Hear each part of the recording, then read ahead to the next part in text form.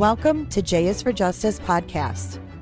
If live breaking news and following true crime is your thing, then please consider subscribing to my channel. And if you like what you see in my videos, please consider giving them a thumbs up.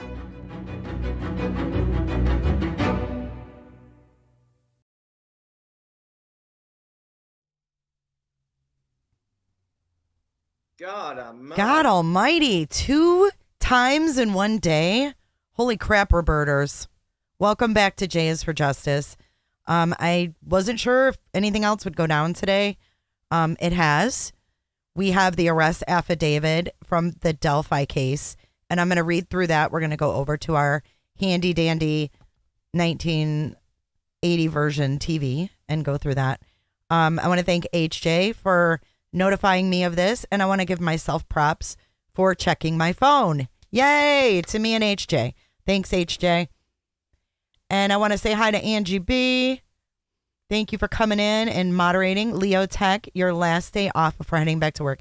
I couldn't imagine spending today without you. Rather. Not with you, but without you. Without you. All right, let's get right into this because we've been waiting a long time. A lot of you have been waiting a long time. I'm newer to this case. I got to get rid of that Black Friday thing too. That's old, expired.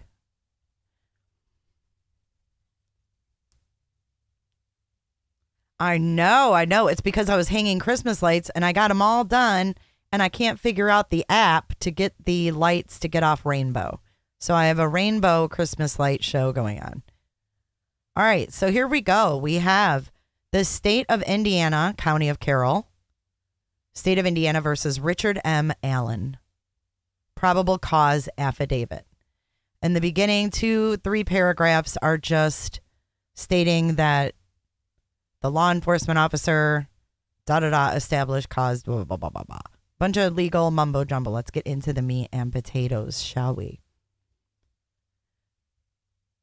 Okay, that on February 14th, 2017, victim 1 and victim 2 were found deceased in the woods approximately 0.2 miles northeast of the Monon High Bridge in Carroll County.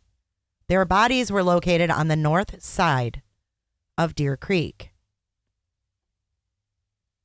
At the time, the Monon High Bridge Trail was approximately 1 mile gravel trail terminating at the Monon High Bridge.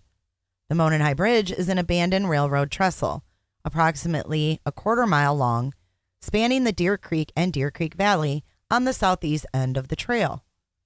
Approximately 0.7 miles northwest on the trail from the northwestern edge of the Monon High Bridge is the Freedom Bridge, which is a pedestrian bridge spanning State Road 25.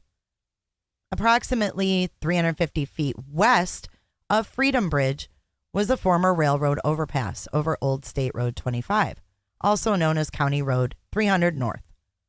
The trail terminates just west of the former railroad overpass. The majority of the trail is in a wooded area with a steep embankment on the south side of the trail. The entirety of the trail and the location of the girls' bodies were and are located in Carroll County, Indiana. Through interviews, reviews of electronic records, and review of video at the Hoosier Harvest Store, investigators believe victim 1 and victim 2 were dropped off from the Mears farm, were dropped off across from the Mears farm at 1:49 p.m. on February 13th, 2017 by redacted. The Mears farm is located on the north side of County Road 300 North, near an entrance to the trails. A video from victim 2's phone shows that at 2:13 p.m., victim 1 and victim 2 encountered a male subject on the southeast portion of the Monon High Bridge. The male ordered the girls, quote, "Guys, down the hill." No witnesses saw them after this time. No outgoing communications were found on victim 2's phone after this time. Their bodies were discovered on February the 14th, 2017. The video recovered from victim 2's phone shows victim 1 walking southeast on the Monon High Bridge, while a male subject wearing a dark jacket and jeans walks behind her. As the male subject approaches victim 1 and victim 2, one of the victims mentions, quote, gun. So one of the girls said gun in this video. Near the end of the video is a male seen and heard telling the girls, guys down the hill.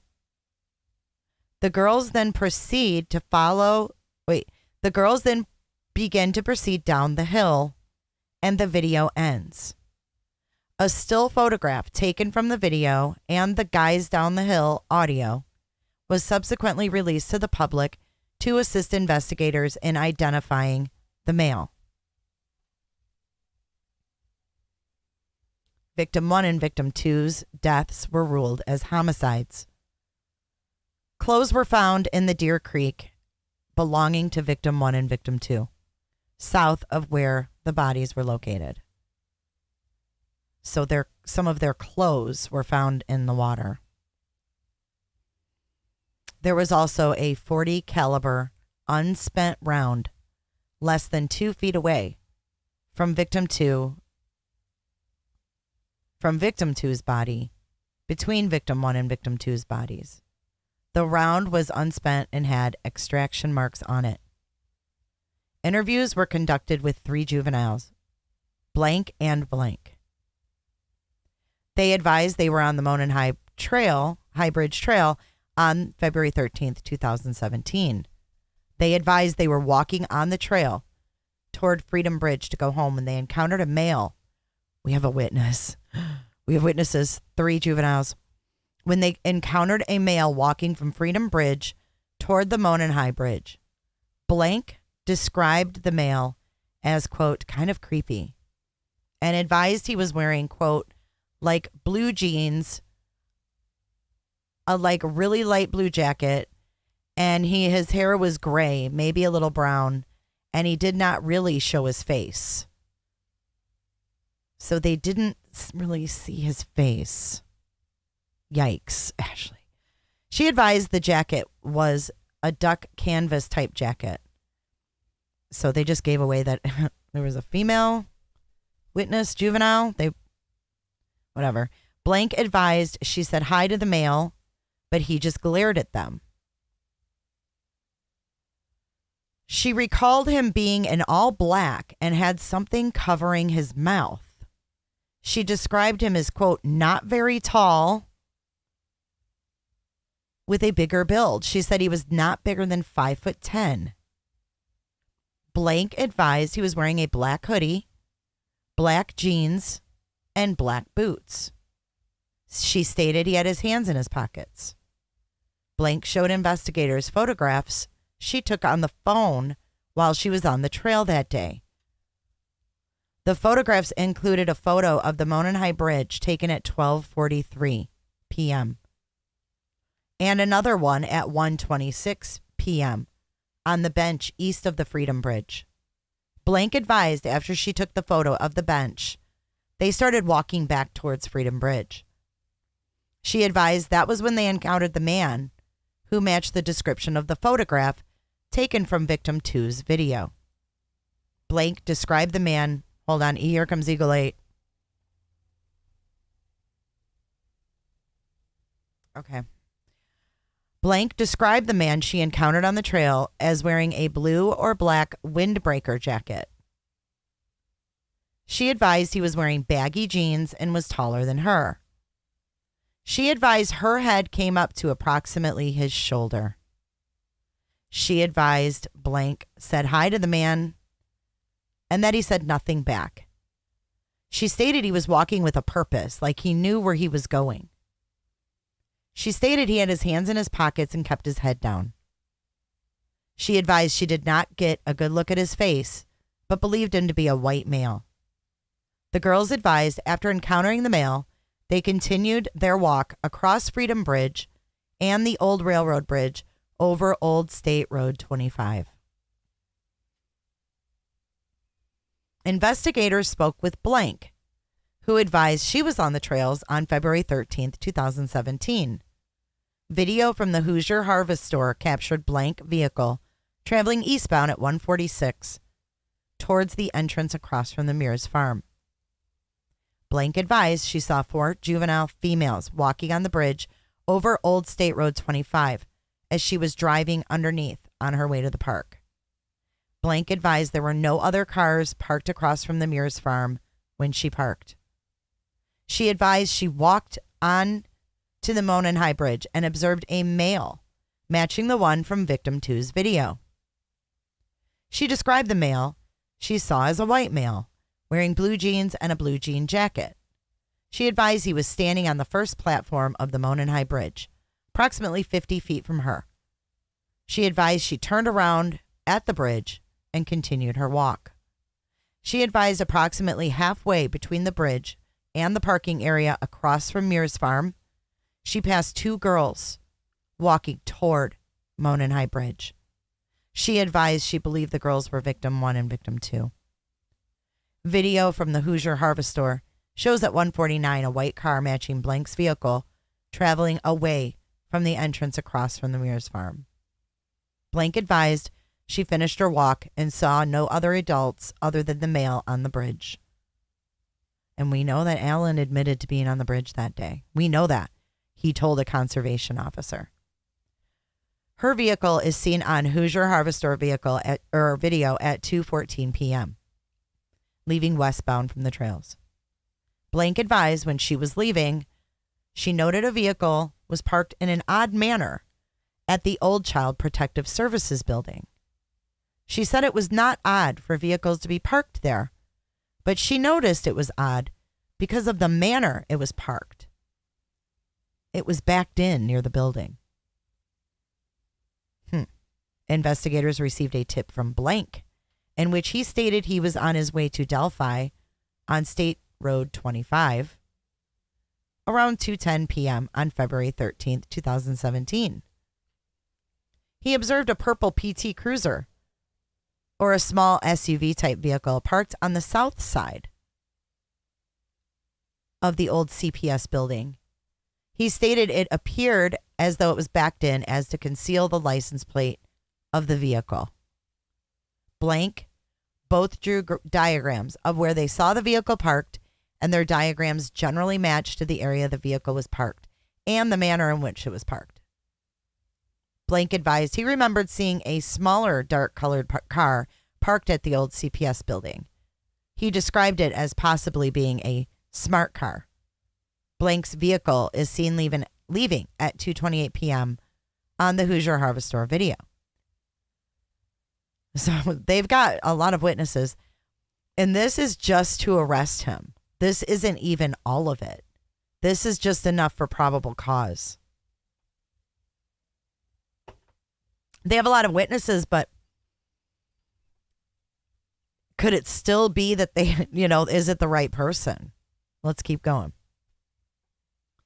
Investigators spoke with Blank, who stated that she was traveling east on 300 North on February 13th, 2022, and observed a male subject walking west on the north side of 300 North, away from the Monon High Bridge.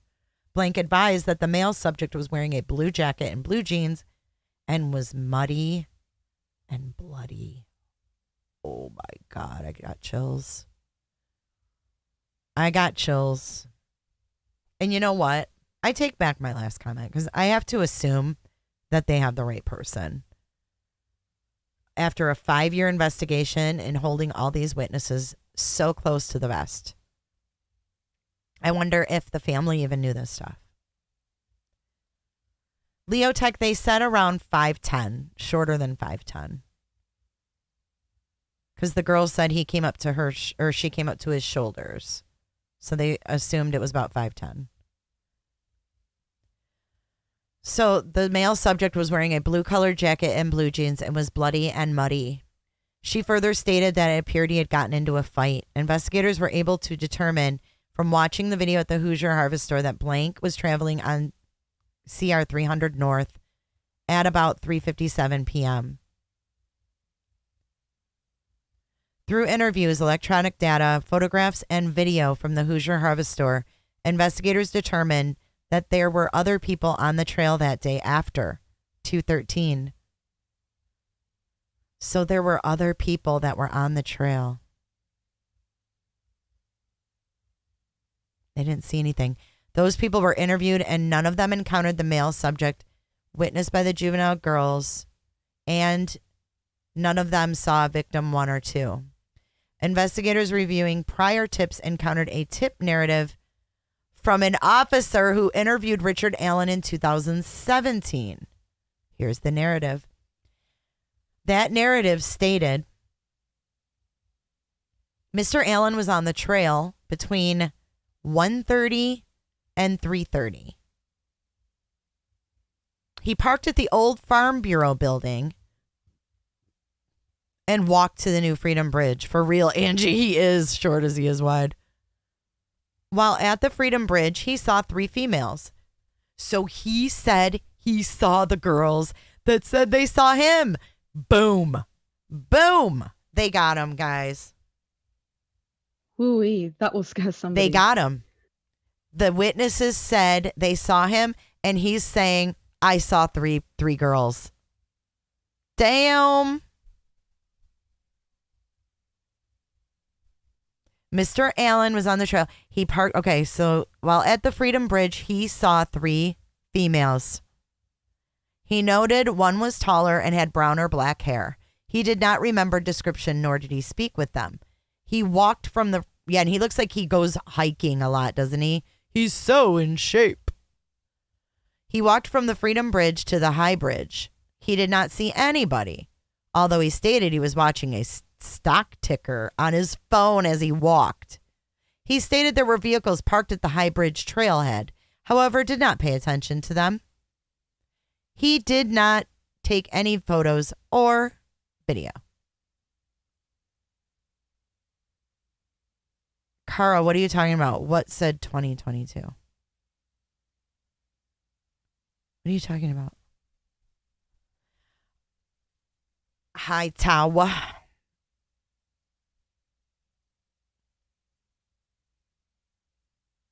His cell phone did not list an IMEI, but did have the following MEID number and the MEID HEX number.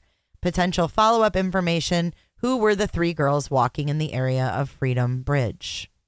Investigators believe Mr. Allen was referring to the former Child Protective Building, as there was not a Farm Bureau building in the area, nor had there been. Investigators believe the females he saw included blank and blank due to the time they were leaving the trail and the time he reported getting to the trail and the descriptions the 3 females gave. Why would he ever think that he could admit he was there and get away with it? I mean, I guess he did for 5 years. Hey, Mary, welcome back. Yeah, sometimes those darn notifications don't work. Cuba. Investigators discovered Richard Allen owned 2 vehicles in 2017, a 2016 black Ford Focus and a 2006 gray Ford 500. Investigators observed a vehicle that resembled Allen's 2016 Ford Focus on the Hoosier Harvest Store video at 1:27, traveling westbound on CR 300 North in front of the Hoosier Harvest Store, which coincided with his statement that he arrived around 1:30 at the trails. Investigators note witnesses described the vehicle parked at the former CPS building as a PT Cruiser, small SUV, or smart car. Investigators believe those descriptions are similar in nature to a 2016 Ford Focus. I don't know if a Ford Focus necessarily looks like a PT Cruiser. What do you guys think of that? I think we should look at a 2016 Ford Focus first, because I used to have a Ford Focus, and they don't really look like PT Cruisers. Well, maybe you could mistake it as a PT Cruiser.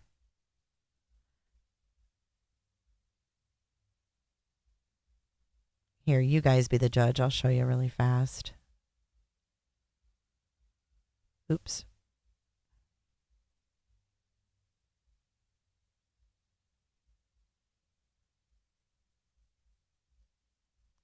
So here is the PT Cruiser. I mean, that one looks like it's kind of tricked out or whatever, but I don't really think it looks like a PT Cruiser, but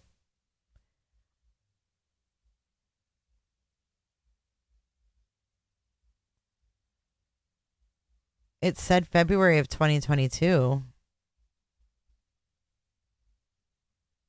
That who was on the, who's she? One of the witnesses, or maybe I read that wrong. If it said 2022, I probably read it wrong. All right, let's keep going. On October 13th, 2022, Richard Allen was interviewed again by investigators. He advised he was on the trails on February 13th, 2017. He stated he saw juvenile girls on the trails east of Freedom Bridge and that he went on to the Mononhai Bridge. Richard Allen further stated that he went out to the Mononhai Bridge to watch the fish.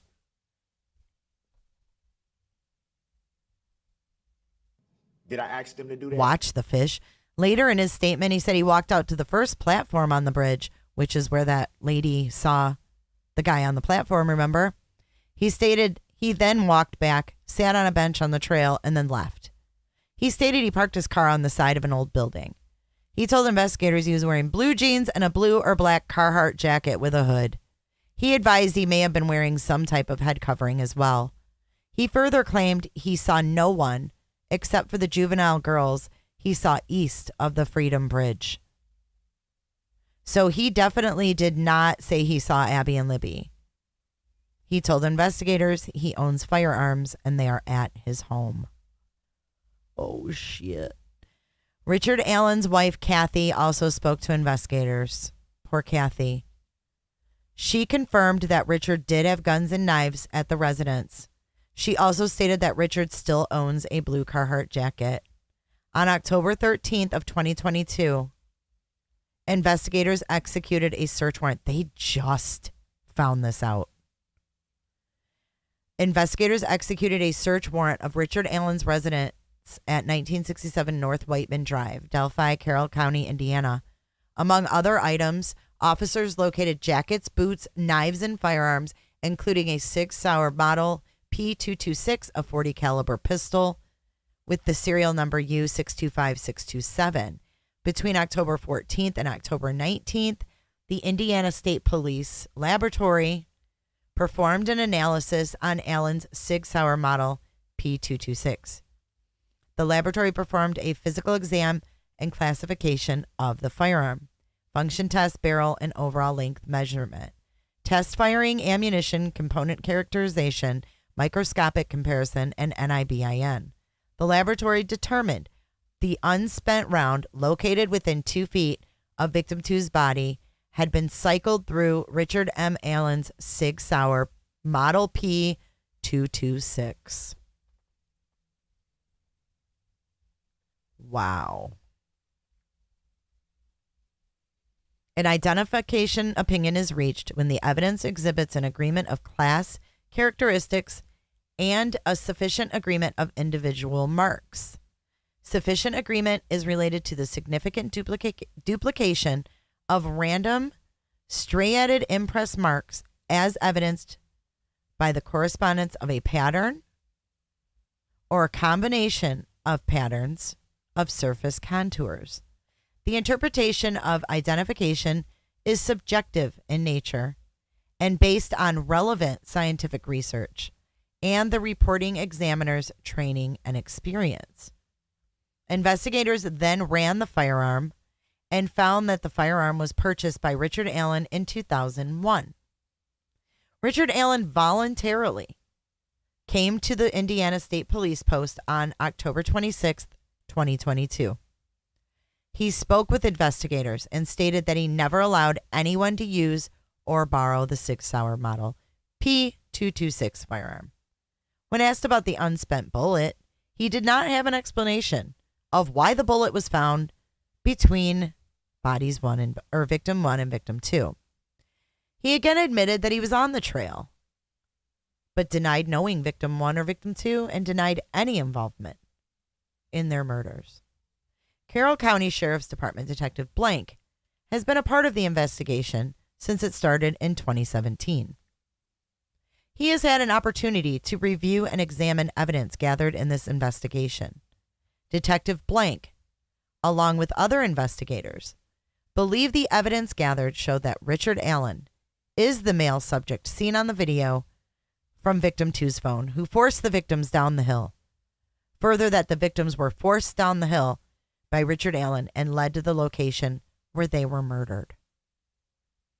Through the statements and photographs of the juvenile females and the statement of Blank and Blank were at the southeast edge of the trail at 1243 east of the Freedom Bridge at 126 and walked across the former railroad overpass after 126 and before 146.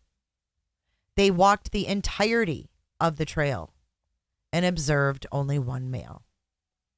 Blank vehicle and saw only one person, an adult male. Blank vehicle is seen on Hoosier Harvest Store video at 146 and leaving at 214, and she stated she only saw one adult male. Blank and Blank described the male in similar manners, wearing similar clothing, leading investigators to believe all four saw the same male individual.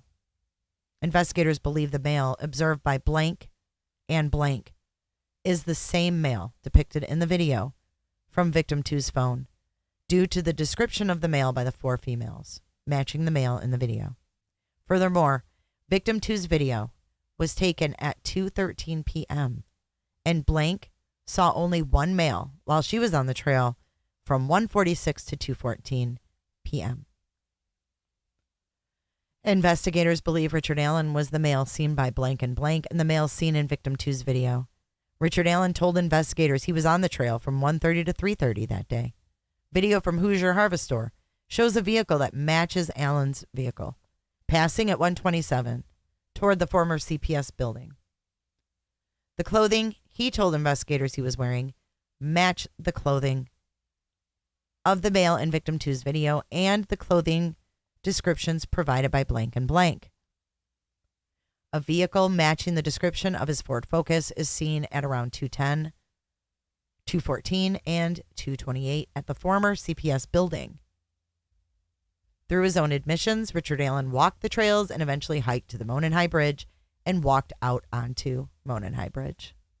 If they had followed up on this 5 years ago, they would have solved it. They didn't follow up until this year. And he said he was there. And they had these witnesses saying, we saw a guy. But somehow they didn't get the memo that he was the guy that admitted he was there. That's crazy. A male subject matching Richard Allen's description was not seen on the trail after 2:13 p.m. Investigators identified other individuals on the trail between 2:30 and 4:11. None of those individuals saw a male matching the description of Richard Allen on the trail. Furthermore, Richard Allen stated he only saw 3 girls on the trail, who investigators believe to be Blank. Investigators believe Richard Allen was not seen on the trail after 2:13 because he was in the woods with victim 1 and victim 2. The unspent .40 caliber round between the bodies of victim 1 and victim 2 was forensically determined to have cycled through Richard Allen's gun. The gun was found at Richard Allen's residence, and he admitted to owning it. Investigators were able to determine he owned it since 2001. Richard Allen stated he had not been on the property where the unspent round was found, that he did not know the property owner, and that he had no explanation as to why a round cycled through his firearm would be at that location. Furthermore, he stated that he never allowed anyone to use that gun. Investigators believe that after the victims were murdered, Richard Allen returned to his vehicle by walking down CR 300 North. Investigators believe he was seen by Blank walking back to his vehicle on CR 300 North with clothes that were muddy and bloody. Blank, along with investigators, believe the statements made by the witnesses because the statements corroborate the timeline of the death of the two victims, as well as coincide with the admissions made by Richard Allen. Further, the accounts relayed by Blank and Blank are similar in nature, and timestamps on photographs taken by Blank correspond to the times the juvenile females said they were on the trail and saw the individual. And that is where it ends. It says 7 of 8, but we only got 7 pages. What I don't understand and what I'm confused about, I understand that it was his gun and everything, but if the girls were shot, wouldn't there be spent bullets that they recovered? Why is it just... No, it was an unspent round that was found. Right?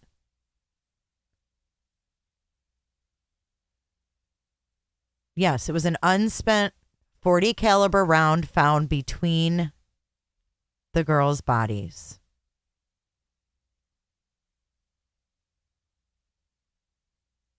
Right, he walked out with body because he told a conservation officer that he was there. And no one followed up with him. That's exactly why. But HJ, can't they also use, if they were shot, wouldn't there be bullets that they could match? We still don't have a cause of death. So we don't know if they were shot. It just says they were found deceased. And if he was shooting a gun, wouldn't there have been people that heard it? I mean, there was other people out there, according to these witness statements.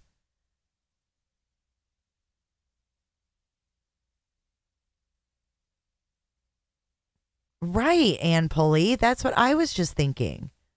Nobody heard him? Maybe he just used it as an intimidation tactic. There's still no cause of death. Let's see what that looks like. I'm not really up on my guns, so let's look what is it again? A Sig Sauer. Is that the same gun that Ethan Crumbley used? It sounds familiar.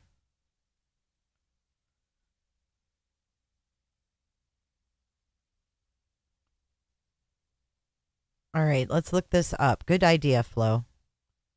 Flo Joe.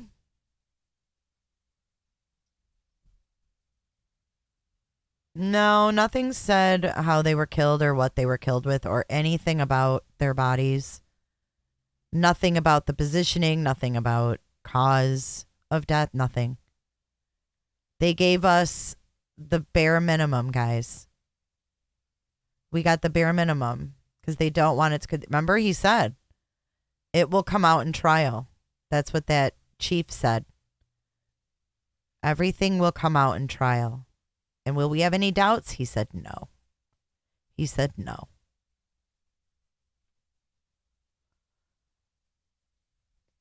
So where did those bloody clothes go?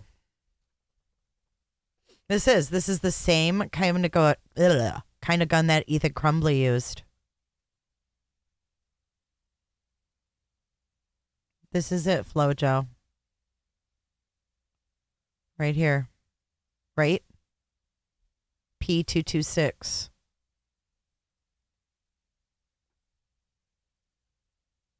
Michael Vaughn is Thursday. Yeah, there's got to be a lot more to this story, Melanie.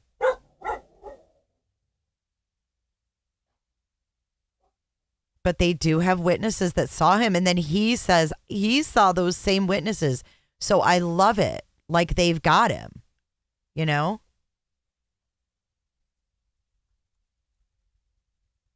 They've got him. Someone said there was 13 pages. I'm seeing 7. So let's see if we're missing anything, because I don't think we are. But let's go to the Daily Mail, because they always have everything and then some.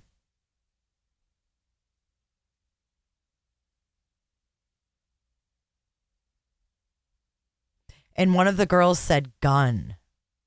So maybe she was telling the other girl, like, he's got a gun, you know, type thing.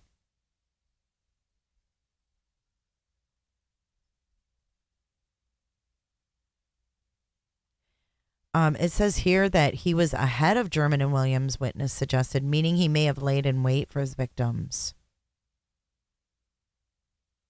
And he just went there to watch fish. But remember, authorities say he may not have acted alone as well.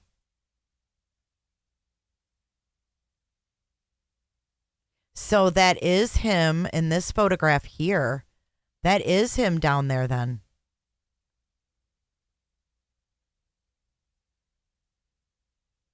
I know, Willow. I wonder that too.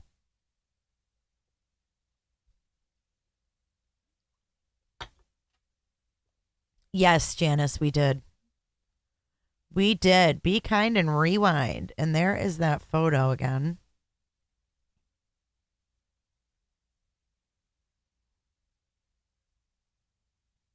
It's so hard to make that face out, you know. And it's like the witnesses said he was looking down. So there's yet another thing. I think so, Miss Robin. I think that someone said, meet me there, and he went. And those are his short little ass legs. Because that one witness said that he was short. So here's a map that shows how close he lives, which most of the town does live that close to the bridge. Because it's a small town and everything's right there. But I don't know why him living less than 2 miles has anything to do with it, because the whole freaking town does. Oh, man, you're right, Potato. And that's where their clothes were found, right? Was it in that river?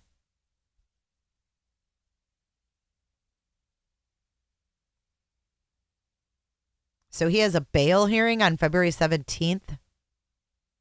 And he has asked for his trial to be moved out of Carroll County. So he has February 17th and then scheduled to face the jury on March 20th.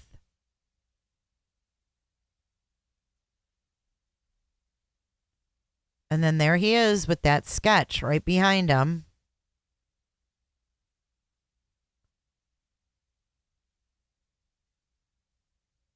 Who's the Maxwell family? It says here,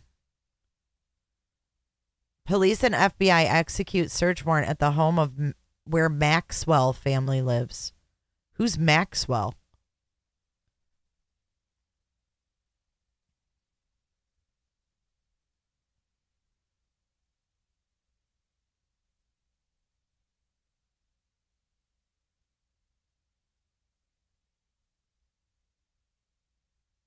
Jesus, that is chilling.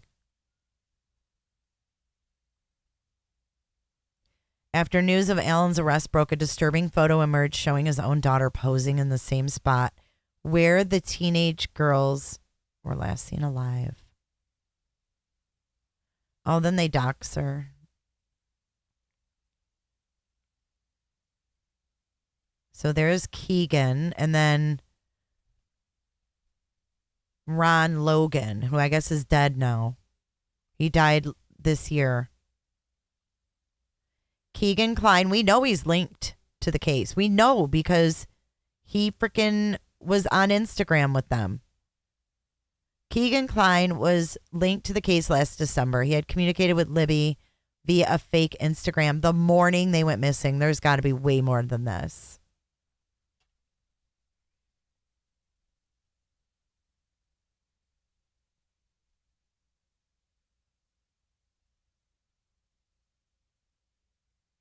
Oh my God, are you serious, Robin?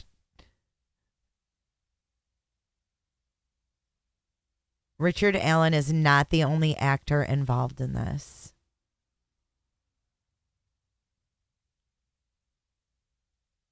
Klein, who is heavy set and pasty faced, used an image of a ripped and muscular young man to trick underage girls into speaking to him. I wonder how many other girls he tricked. He is said to have arranged to meet with Libby on the Delphi High Bridge the day before she was murdered while walking along it. But he is also have to shared Anthony Schott's password with others, including his father. And Keegan said that his father could be a prime suspect in the killings. Does anyone know who the Maxwell family is? Oh God, Susie Q, that would be like absolutely sick. So Klein is being held on separate child porn charges in 2022. So I would have to assume that this happened in 2017. I would have to assume that this definitely has child P attached to it. Oh man, this is some heavy stuff, but I'm glad that we've got, some solidification. And I think that it does, just a little bit in here, it does kind of prove that they probably have the right guy. It's very scary. People keep talking about how he has a limp when he walks, or is he being cautious? What if it really has nothing to do about either one of those? I don't know. Yes, Mary. There's a lot more to this, I think. There is a lot more to this. I want to show you guys some drone footage that I just saw released recently on YouTube. And this is from a news source there. Let's go back to our video player.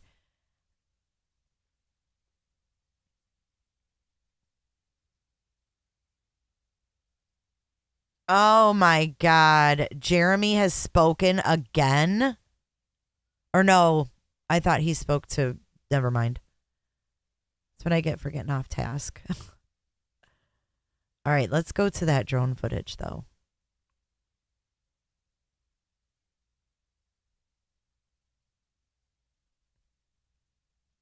Is there anybody out there?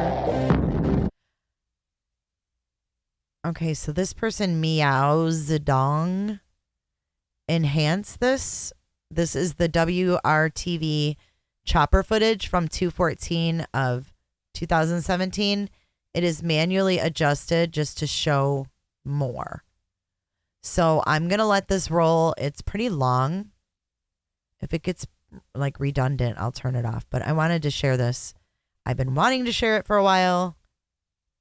So this is a good time since we had that affidavit released.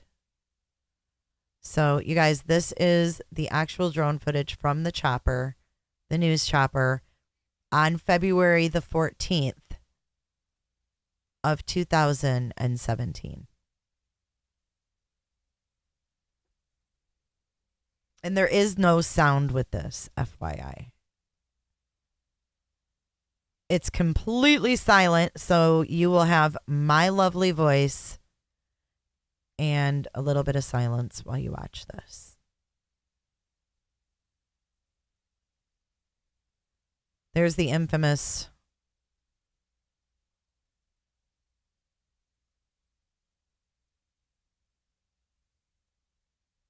show the picture. Okay, let me save that picture and I'll show it.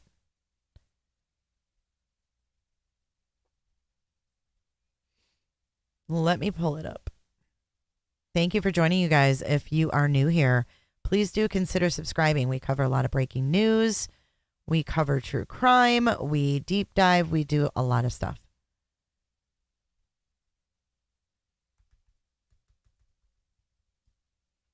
And we would love to have you as a member as well.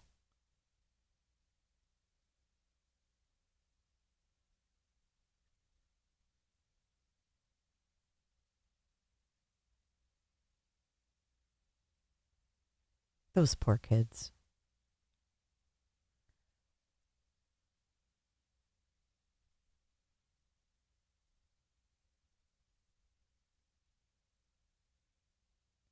Janice, I don't know if we got everything.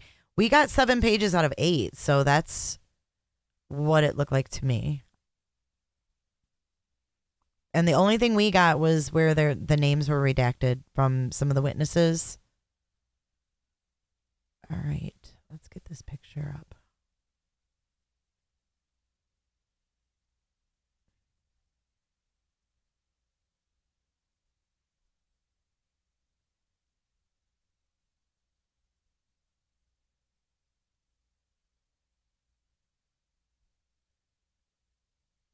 Hey, Auntie Cheryl.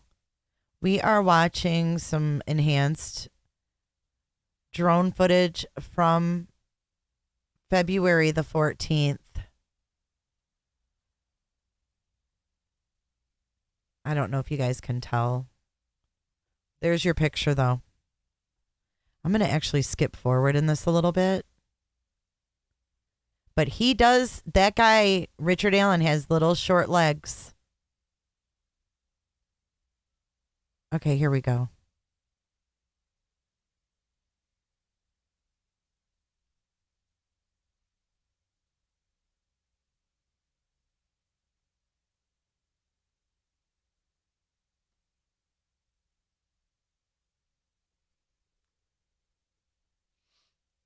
Aaron, and that's what one of the witnesses said, that he knew where he was going. He was like on a mission. Hey, Ashriel.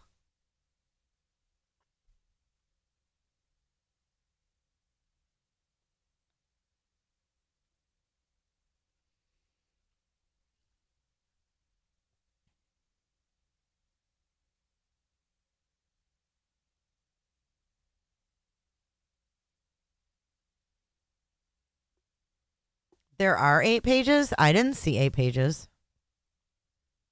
Let me double check and see how many I had. I could have sworn it said 7 out of 8. Yep. I have 7 pages. So I don't know how I'm missing. I don't know what would be on the 8th page. I'll see if I can find it on another news source.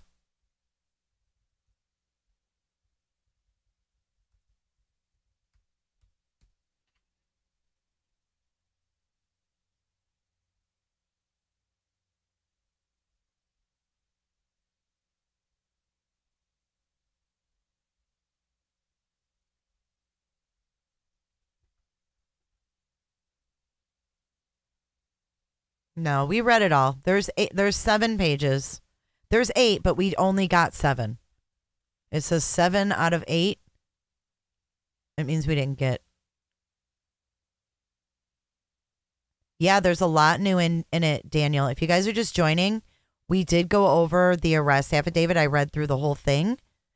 And right now we are watching drone footage that was taken on February the 14th when the girls were found. And we're just kind of revisiting that. But if you want to hear the arrest affidavit, you're going to want to be kind and rewind.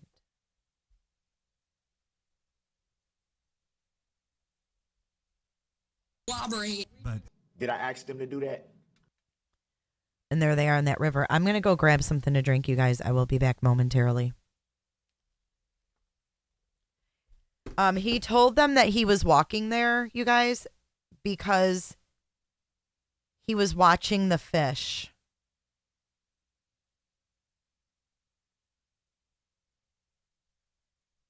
He was watching the fish. Yeah, for a big dude like that to be walking, he does have a little pep in his step, doesn't he? And he made sure not to look up.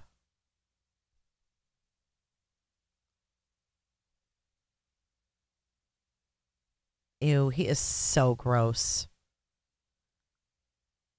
Where is Keegan Klein's dad? Does anybody know?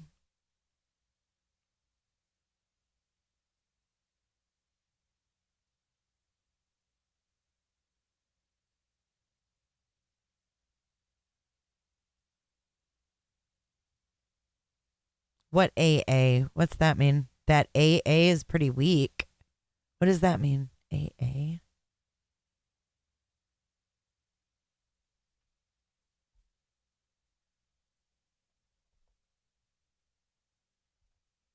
Cuba.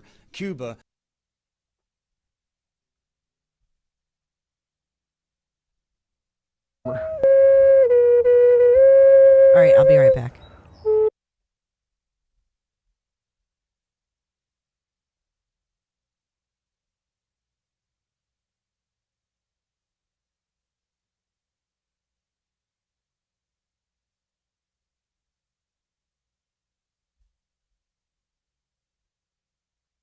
I don't think it's weak. Oh, thanks, potato. I don't think it's weak. Got me stumped. I think it corroborates what the witnesses said, and then he put himself right there with the witness. I don't see how you can think that. In the name of Jesus, Father God, Lord.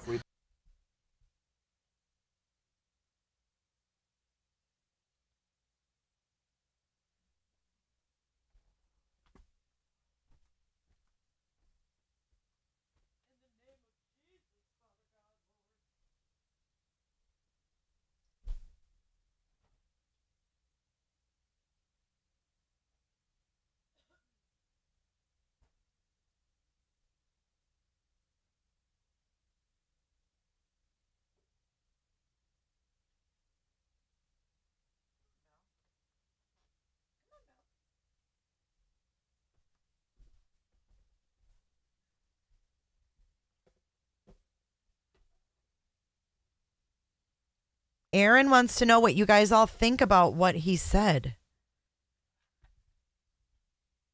Darling, you're behind. Darling. Darwin. Yes, the bullet too, Laura B. I mean, who else could it be? They got he ass, right?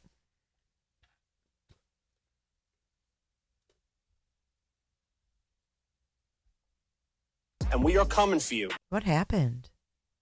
Oh, that was the copter. Okay, let's skip forward a little bit. I want to see.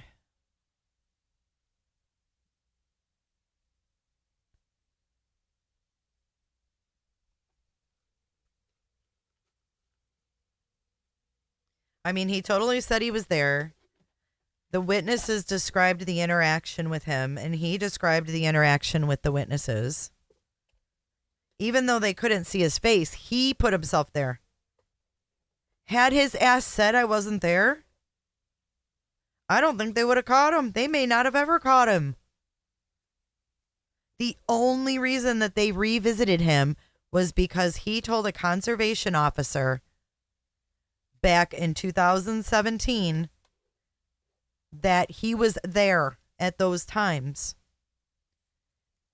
And they dropped the ball and they never followed up, even though they knew that there was witnesses that saw a man there.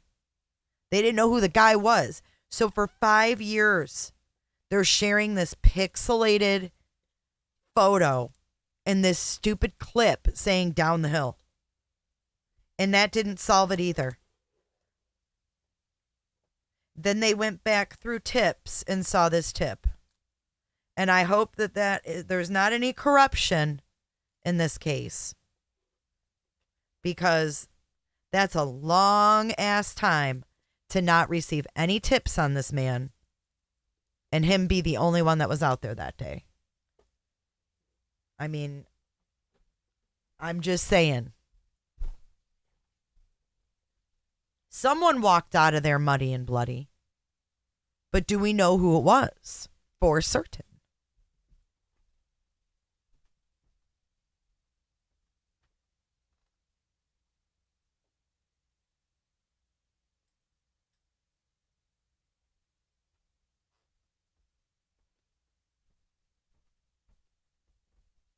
I mean, they seem really confident. But his wife said he still had the blue Carhartt.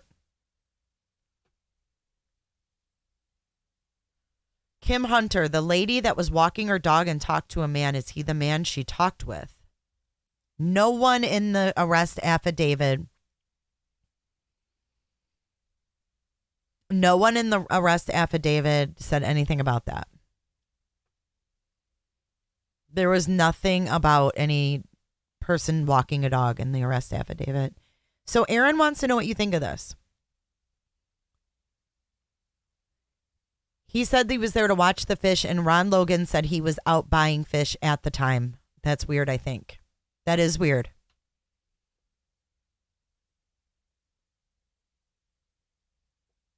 Mary Pike. Didn't they say Muddy and Bloody Guy was wearing black, not blue? I know one of the witnesses said black and one of them said blue.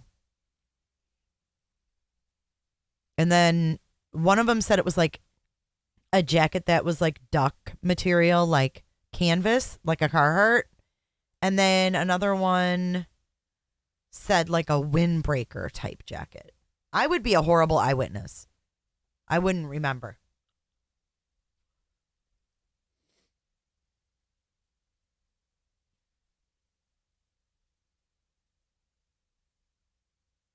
Did you really, Flo? Flo says she felt like it was him. 'Twas him. The first time she saw him 'twas the night before Christmas.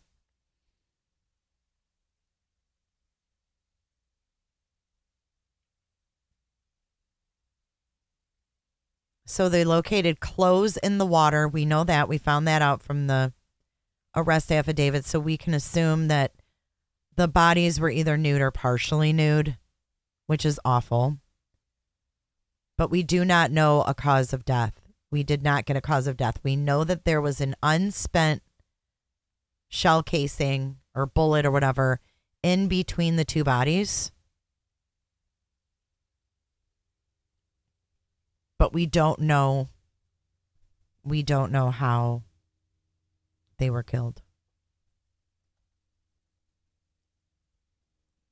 Flo. I love you, Flo. Dyslexic and all, I love you. Oh, there's Eagle 8 again. Can you guys hear it?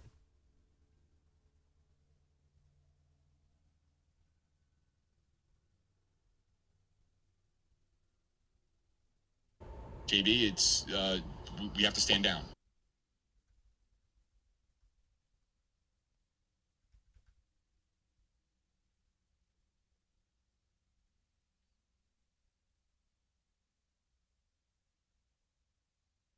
According to Ohio State University.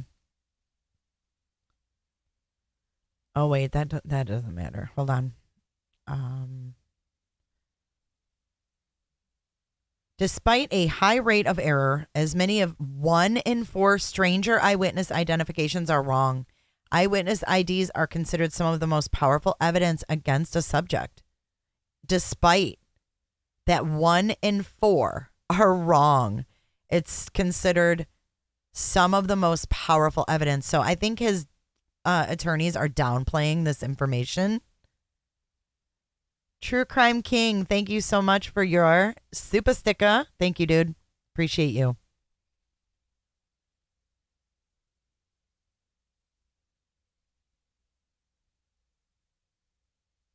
Ann Pulley, that is absolutely disgusting. Okay, I'll take a look at the time differences.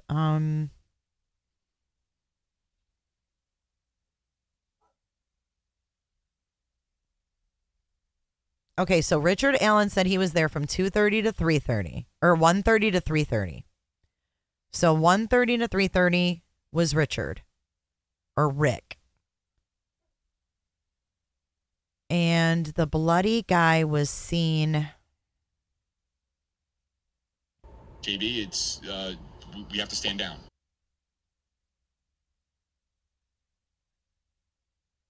Hang on, I'm looking.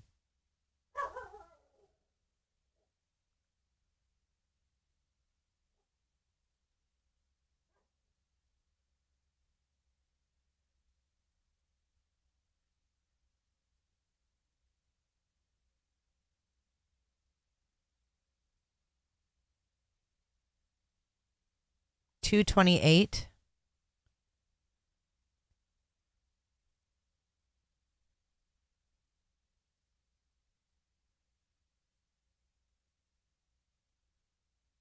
I think 2:28.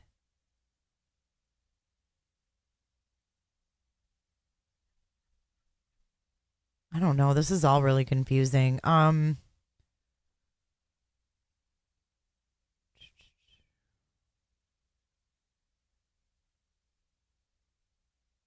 So they said hi to this dude at that group of kids said hi to him at 1:26. So he got there at 1:30. They saw him right away.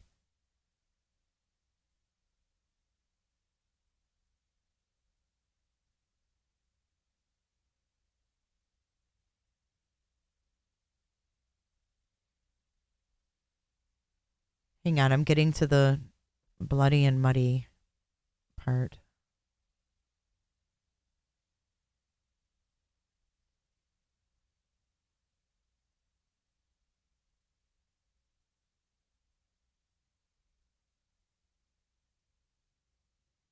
$2:14.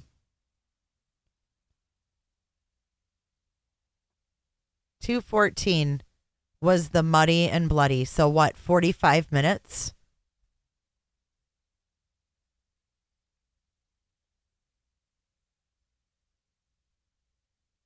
So they walk. Okay, this group of kids walked the entirety of the trail and observed only one person, an adult male.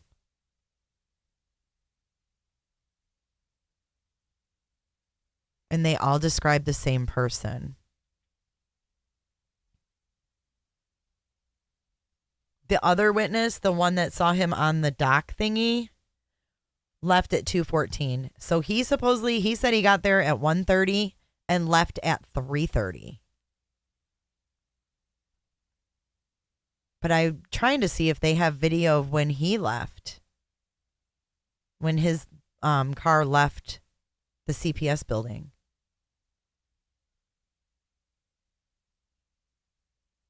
It says at 2:28 it was seen parked there the last time.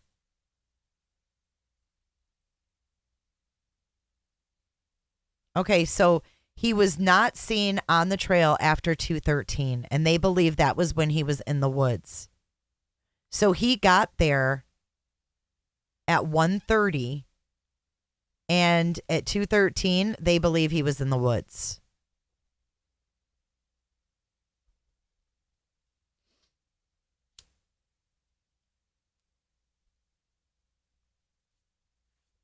Yes, the group of juveniles are the ones that said he was walking with a purpose. Ann Pulley, oh my gosh, I'm so sorry. Is she okay now? I'm telling you, we know that Keegan Klein communicated with one of the girls that morning. So what does that tell you?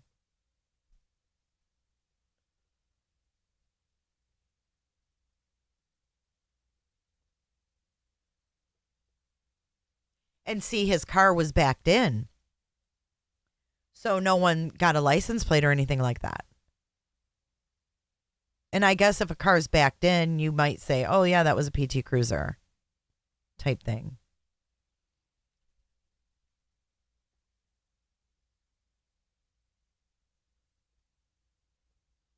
Yep. I believe that, Leo and Daniel. I think this has child P written all over it. I think there was a group of scumbags. Maybe like a handful. Oh, okay, Hightower. Let me check that out. Hightower, I'm going to start playing the Police Academy song for you.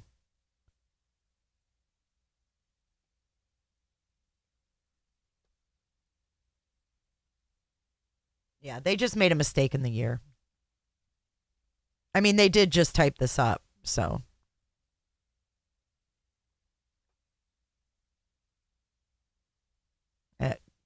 Because it says 17 everywhere else. It says investigators spoke with Blank, who stated she was traveling east on 300 North on February 13th, 2022. But I think they meant 2017. Observed a male subject walking west away from the bridge. Advised the male subject was wearing a blue jacket, blue jeans, and was muddy and bloody. It appeared he had gotten in a fight. So she probably blew it off like, oh. So that was at 3:57. That lady saw him at 3:57 walking.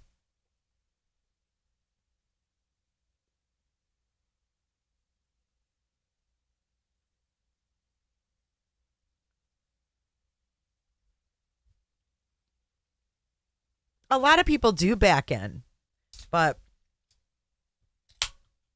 you have a strong, strange suspicion it's him. Oh, that Keegan's dad is majorly involved. Where is his dad? Do we know? Is he alive? Is Keegan's father dead? I'm sorry, I don't know I don't know. How come Keegan's in jail and he's not? If he lived in the house with Keegan and Keegan implicated him, right? Said his dad could have killed these girls.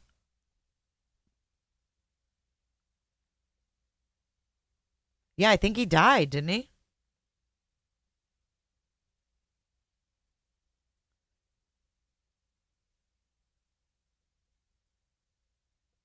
Was Daniel what? Who's Daniel? Daniel's son? Who's Daniel? His dad?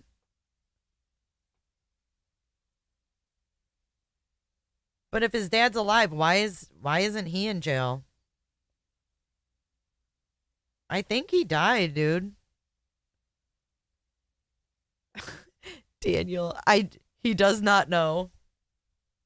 I don't know. Okay, let me fact check this, okay? Let's fact check. Keegan Klein father.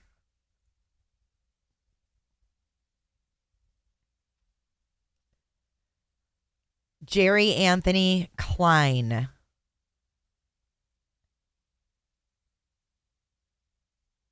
Tony Klein.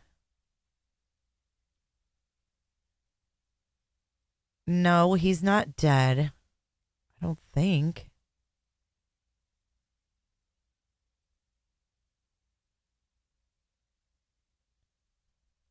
Oh, dear God. We've got to read this. We got to read through this article. I'll let you guys keep watching the drone footage and I'm going to read this. Check this out. This is about Keegan right now. The pedophile suspect in the Delphi murders is complaining behind bars about having a hard time, demanding cash for interviews and requesting graphic sexual favors from women who write letters to him. Keegan Klein, 28, is in custody on charges of child porn that are unrelated to the murders of Abby and Libby, two friends who were murdered in 2017 after going for a walk.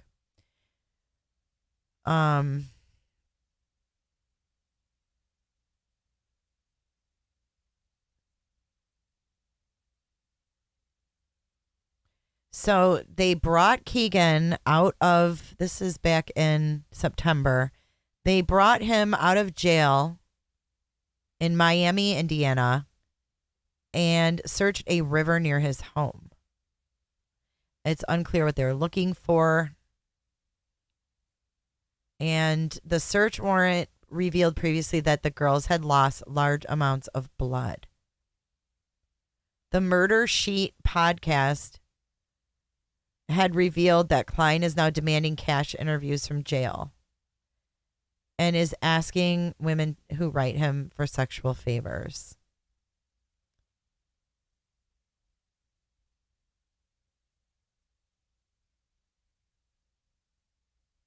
This is sick.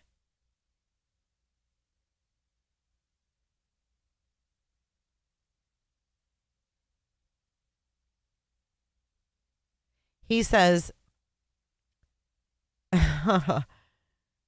okay, so this reporter, Ann Kane, and lawyer Kevin Greenlee who hosts the podcast, he wanted $400 in exchange for a 1-hour interview about the murders.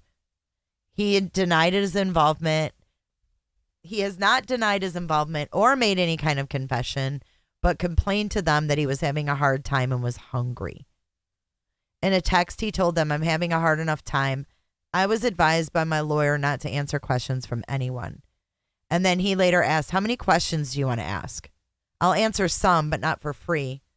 Everyone is making money off my name, and I'm sitting here hungry with nothing." Later, he demanded $300 for his commissary and an additional $100 to put on his phone so that he can text. The podcast host revealed they'd heard from women who are in contact with Klein in jail and who had been overtly sexual with Blit.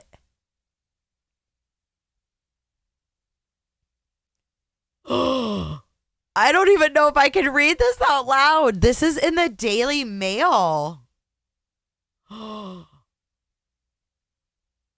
This is so gross. He asked one if she would allow him to masturbate over FaceTime for her. He made even more explicit comments to another. I am going to throw up. That's correct.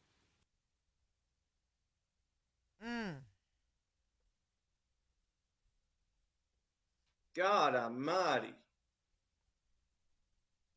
It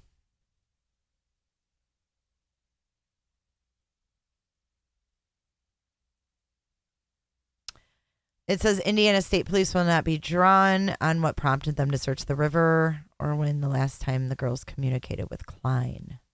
But we do know it was in the morning that day, but we don't know anything after that. And Klein's dad lives only a couple blocks. Yeah, he's hungry. I'm hungry.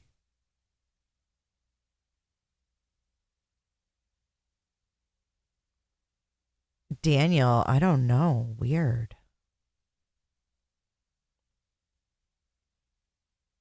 I can't find anything about where his dad is. Like, weird.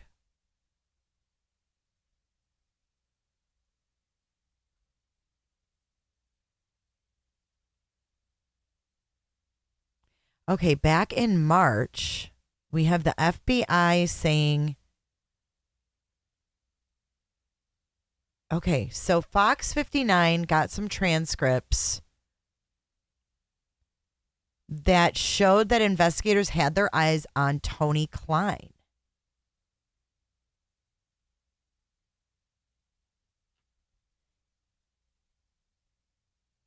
In a transcript, a trooper confronts Keegan Klein saying that Anthony Schatz was supposed to meet Libby on the Delphi High Bridge the day she was killed. The transcript also reveals that investigators believe two people were using the account. In an interview with HLN, Keegan said his father had access. Klein also told HLN that the Indiana State Police reportedly told him, quote, "They knew it was my dad that had killed Abby and Libby."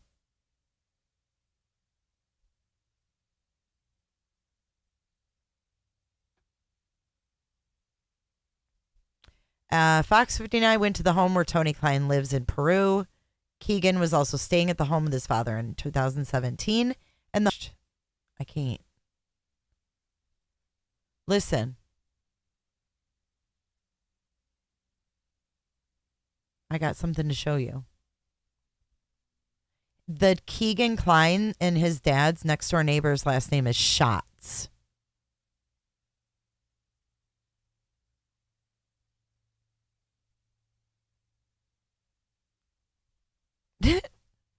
I'm laughing because I wasn't even looking at chat. Like, why didn't you guys tell me?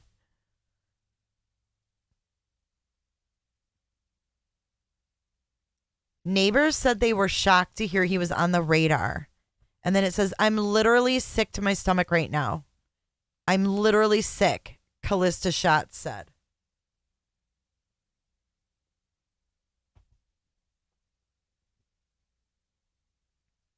No, they have not connected them yet. We're just thinking that they are going to.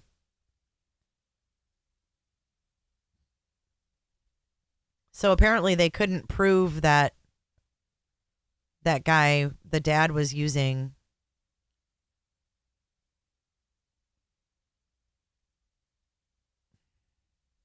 a shared device. And the ISP made a statement at this time saying they wanted to make it clear they did not release this information. And that was that podcast.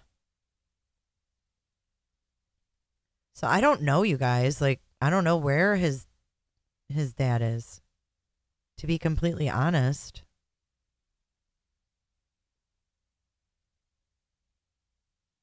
There's a peeping incident? Oh, God, News Nation.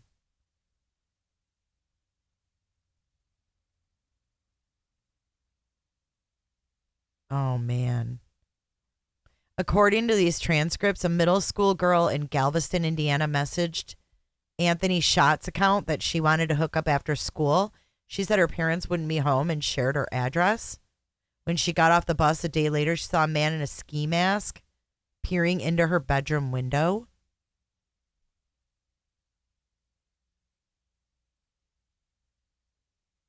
And then FBI agent Doug Coons told News Nation, it doesn't look to me like there's proof for sure that he was the person peeping through the windows. Klein denied it. However, investigators say data shows Klein searched members of that girl's family on Facebook the day before the peeping incident. All of this was 3 days before the girls were killed. Oh, hell no. Kevin Greenlee. Isn't he the guy that sings, "Proud to be an American"? Isn't that his name? Kevin Greenlee? Greeley?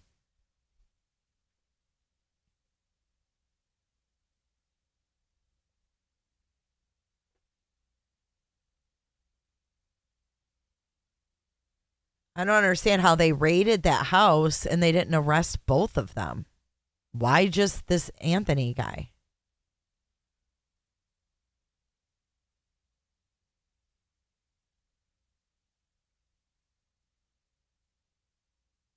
Look at this. Despite what Keegan told a reporter, officials don't know if his father actually had access.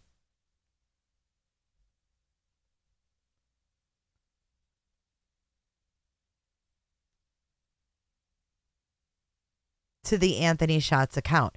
The father does come up throughout the whole transcript, but I would say in the 2020 police interview, Keegan is very much not pointing the finger at his dad. He's pointing the finger at a friend who he previously lived with. And then in 2021 on HLN, he's more wobbly on that.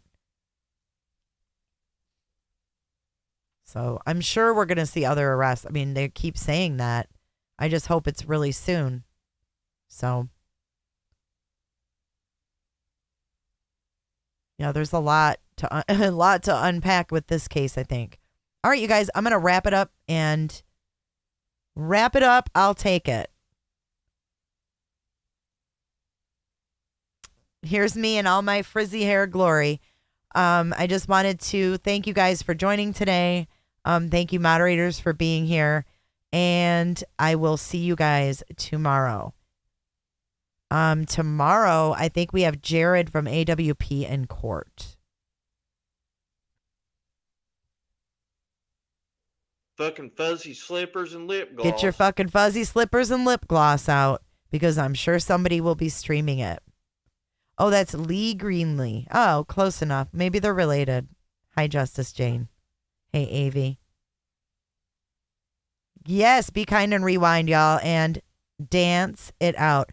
Bye, potatoes. Bye, Angie B. Bye, Daniel Tribley. Bye, B and Joe. Bye, Leo. If I missed you, goodbye. And thank you so much. Oh, bye, Flo. Flo, you're the best. Take care, lady. I'll see you guys later. Dance it out. I don't give a damn. I don't really care about you and your problems. I don't give a damn. You talk way too much. I have heard enough about about you and your problems. I don't give a damn. I don't give a damn. I don't give a damn. No offense, but shut your pie hole, lady. I don't give a damn. You wanna be with me. You wanna feel something real, but I'm feeling differently. You're making plans to get to friends, but don't wanna face the fact that I ain't got time for that. Staying up late.